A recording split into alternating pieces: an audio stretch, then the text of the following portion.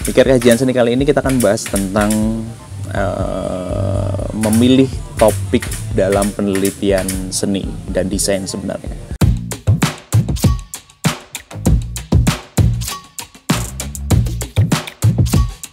Halo, selamat pagi, siang, sore, malam teman-teman channel Wiro Sasono. Kita kembali ke Mikir Kajian Seni. Setelah sekian lama vakum, kali ini saya akan kembali untuk ngobrolin berkaitan dengan mikir kajian seni lagi.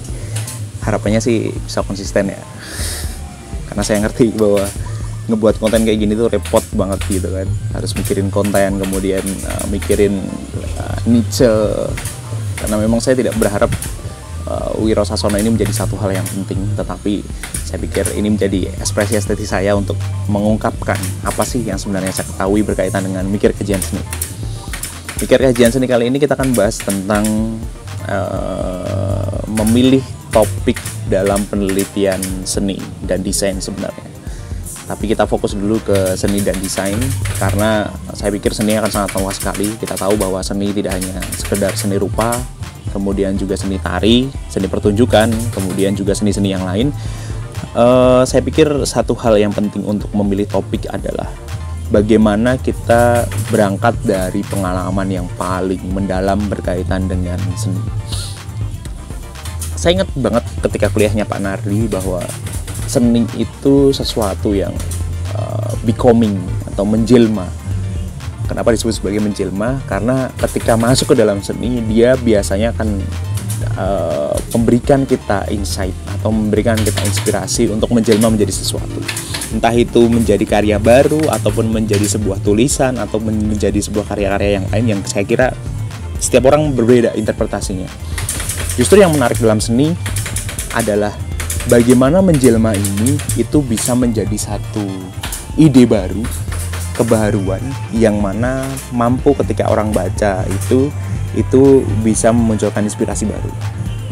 Medianya bisa berupa apapun. Misal ketika kita sudah melihat karya seni dari Michelangelo atau yang gampang lah Picasso yang terkenal lah, kubisme Picasso tahun di awal abad 19. Kemudian kita melihat itu karyanya Jan Star ataupun gambar self portraitnya Picasso.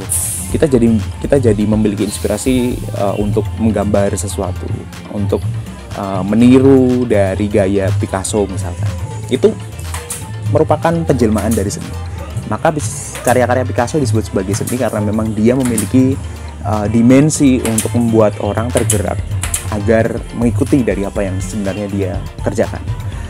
Meskipun pada hidupnya Picasso itu nggak penting gitu, sama kayak YouTube gini.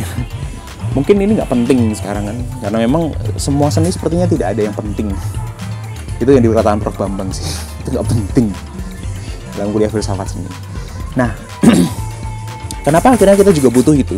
Kita juga butuh topik-topik seni yang bisa diteliti. Terkadang mencari sensitivitas atas topik itu merupakan kesulitan tersendiri bagi pengkaji akademisi seni itu sendiri.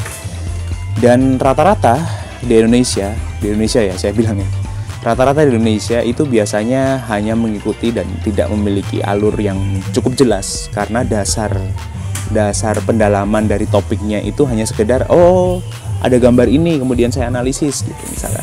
Itu menjadikan kita ya sudah mengikuti teori-teori yang ada. Padahal kita tahu bahwa candi-candi di Indonesia itu sangat mukjizat sekali ya. Orang zaman dahulu bisa membuat itu, berarti kan ada teknologi yang harusnya dilakukan kala itu. Nah, itu bisa jadi topik. Bagaimana bentuk teknologi yang ada pada candi di tahun 1600 sekian? Bagaimana caranya? Tapi itu kan berkaitan dengan teknik ya. Gimana bisa masuk ke seni? Itu yang perlu dipikirkan. Bahwa ketika seni itu menjelma menjadi sesuatu misalkan, maka bentuk teknologi yang menjadi kreativitas kala itu bisa menjadi topiknya. Jadi yang dinamakan topik penelitian seni, baiknya itu berangkat dari keinginan-keinginan diri. Sehingga ketika kita datang ke sebuah pameran atau datang ke sebuah situs karya seni gitu kan, kemudian kita ada inspirasi baru, kemudian melihat saya bisa bikin nih lebih dari ini gitu, atau saya bisa membuat karya ini dengan menggunakan konstruksi alam yang ada di sekitar. Nah, itu bisa seni. Hal itu harus dibarengi juga, kalau kata Prof. Agus Burhan, connoisseurship in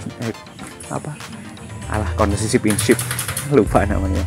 Istilahnya gini, pengetahuan teknik itu harus dikuasai secara penuh oleh peneliti-peneliti seni, sehingga kajian-kajian seni yang muncul itu memiliki kekuatan yang sangat kuat.